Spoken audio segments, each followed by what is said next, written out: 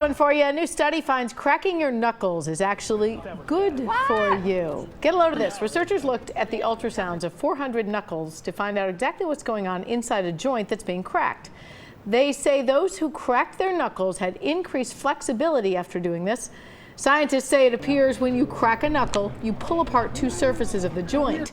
That brings down the pressure in the joint and allows the gas and the fluid to dissipate. The lower pressure allows the area to be more relaxed. Doctors presented this study recently at the meeting of the Radiological Society of North America. It has not yet been published, which means it has to be duplicated before they can do that. Doesn't that hurt?